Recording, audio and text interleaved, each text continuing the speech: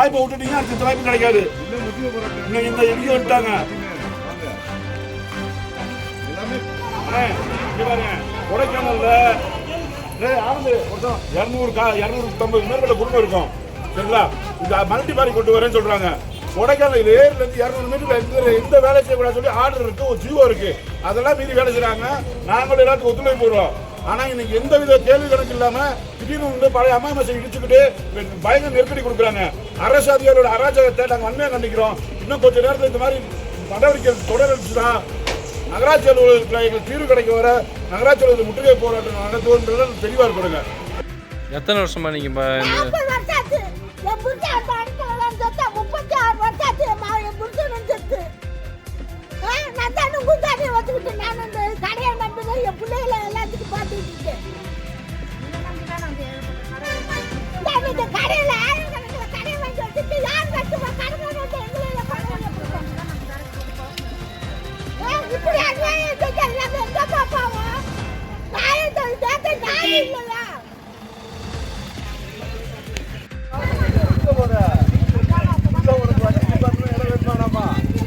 இடம் வேணுமா நம்ம வா.